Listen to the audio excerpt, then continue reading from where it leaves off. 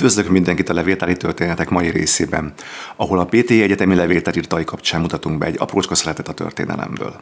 Most egy olyan létesítményről lesz szó, amit bár Pécsen a 20. század elején alapítottak, de az egyetemhez csak a II. Világháború után került. Ez pedig a botanikus kert.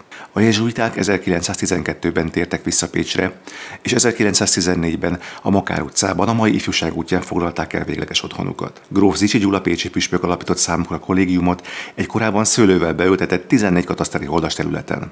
Ebből 5 holdat hagytak meg szőlőként, hogy bevételét a kollégium fenntartására fordítsák.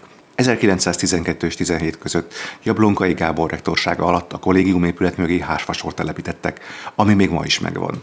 Ahogy a szintén a 10-es években ültetett a mai uszodaépület melletti ostorfák is. A kollégium a 20-as években bővült, 1930-ra a Jézus Szíve templom is felépült. Erre az időszakra a megmaradt szőlő elöregedett. Az 1933-ban rektorrá választott Tülle Lajos hozzálátott a kert kialakításához a jezsuita nevelési elvek szellemében, mely szerint a szellemi és erkölcsi fejlődés mellett a testi nevelésre is gondot fordítottak. Ezért épült a sportpálya és a további sportlétesítmények a park területére.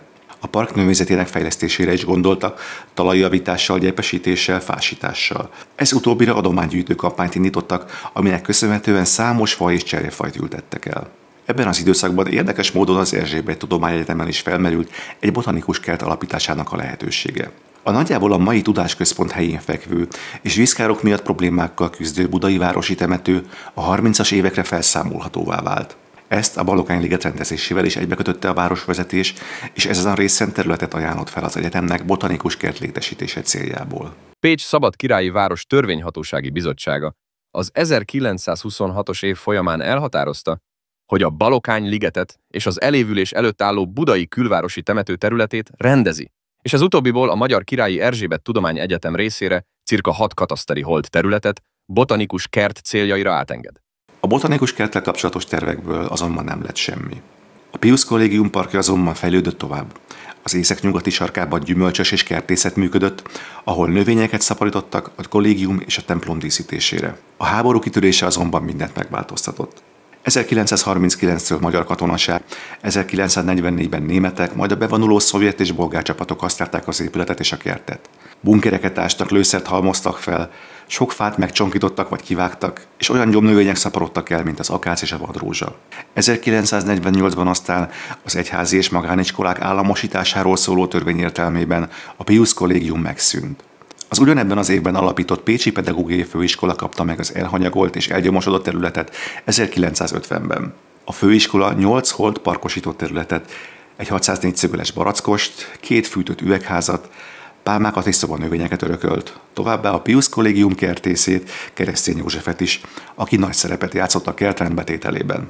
A botanikus kertet dr. Uherkovics Gábor, a növénytani tanszék vezetője irányításával, valamint Pásztor György adjunktus és Tihanyi Jenő tanársegéd közreműködésével alapították újra 1952-ben, és 1953 tavaszára a rendszertani kert növényanyaga elérte a 600 fajtát. A szukulensek, más néven posgások hulladékanyagokból épített házat kaptak. 1953-ban pedig pálmaházat kezdtek építeni, ami egy évvel később meg is nyitott. Elé pedig egy 400 négyzetméteres sziklakert épült. Uherkovics Gábornak olykor a kevésbé támogató főiskolai vezetéssel is meg kellett küzdenie, például 1953-ban, amikor az iskolai épület kazánjaihoz tervezett salaktároló és az ahhoz vezető kocsi út csonkította volna meg a rendszertani kert területét. Utódjának, Pásztor Györgynek pedig a mértéktelen növényajándékozási szokás ellen kellett fellépnie. A lelassuló fejlesztések újraindítása is sok energiát emésztett fel, végre 1962-ben indultak újra jelentősebb bővítések.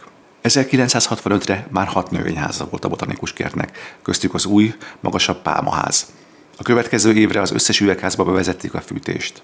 1976-ra a régi pálmaház tetőszerkezetét felújították, és a fánlakó növényeknek otthont adó epifitonházként funkcionált tovább. Nagyobb üvegház épült a szukulenseknek is, ami ma a botanikus kert tudományos szempontból talán legfontosabb gyűjteménye. Különösen fontos eseménysor végére került pont 1989-ben, amikor a botanikus kertet természetvédelmi területté nyilvánították. Az ekkor már a Janus Pannonius Tudományegyetem találképzőkora részeként működő kert védette nyilvánítását 1984-ben terjesztették fel a Baranya megyei tanácshoz. Dr. Debreceni Zsolt és dr. Rácz István csatolt szakvéleménye hosszan részletezi a kert értékeit, és ezzel zárul. A pécsi Janus Pannonius Tudományegyetem botanikus kertje fokozottabb védelme Magasabb természetvédelmi kategóriába sorolása, megyei vagy országos jelentőségűvé nyilvánítása botanikailag indokolt és kívánatos lenne. A kert fejlesztésének azonban ezzel távolról sem volt vége. Elkészült a mediterrán sziklakert, amerikai gyűjtemény született, felújították a pálmaházat és a szukulens házat is.